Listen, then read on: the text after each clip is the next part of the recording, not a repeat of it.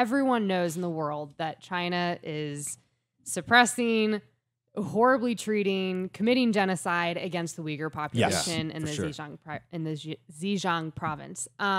But China somehow thought that they could put a Band-Aid on this. Yes. By having this young, she's a 22-year-old Uyghur, carry the Olympic torch at the opening ceremony. And it was clearly a political puppetry move. Because first of all, this is her Olympic debut. She's terrible.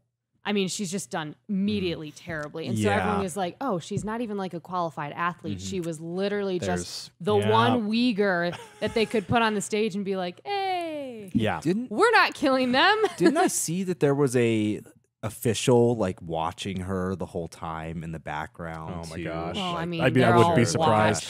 Yeah, like lurking in the background because, you know, they have to keep tabs. In general, I mean...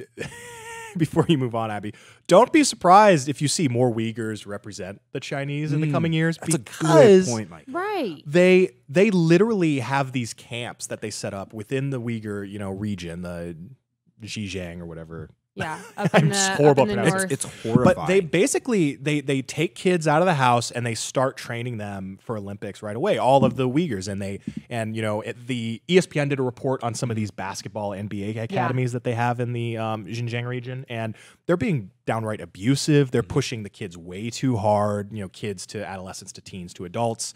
They're trying to turn these people into these amazing athletes, and they're doing it basically by turning them into slaves. Yeah. So that's probably what that girl has had to deal with. Which is probably what she's been through. Yeah. It was interesting actually because in the 2008 Olympics, they also had another Uyghur do almost the same exact thing at the opening ceremonies. Really? He has since left China. He lives in Boston now. Oh, wow. But he just outright came out and said, this is awful. This is what they did to me. They're just doing it to her again. And this is extraordinarily transparent. Wake up. Yeah. Basically. And it's just amazing to me that China tries these PR moves that are just so blatant and everyone can see through. I'm like, why put the effort in? That just seems like a lot of effort and money. It's worse by trotting this person out there and be like, look, we haven't done anything wrong. Yeah. It doesn't solve a single problem. Everyone sees through it. Right. I think it would have been much better to just leave it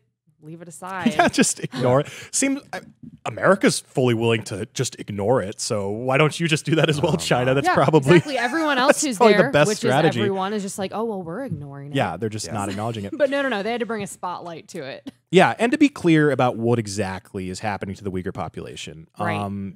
There's mysterious population declines. We know that there's footage of them taking just. The huddled masses of Uyghurs, shaving their heads, putting them on trains, putting them in camps. They are in they've publicly said they are in re-education. Plenty have come out. Re-education camps. Apparently, these camps are very corrupt, and there's instances of systemic rape where the guards just do their way with a lot of the women in these camps. And they're implementing a lot of different policies in order to make sure that population declines. Well, they're sterilizing the women. Almost sterilizing every woman who's come out of these camps said that they were sterilized. So we're not sure whether they're killing them in mass. It very well could be the case based on the population declines we're seeing, but we 100% know they are.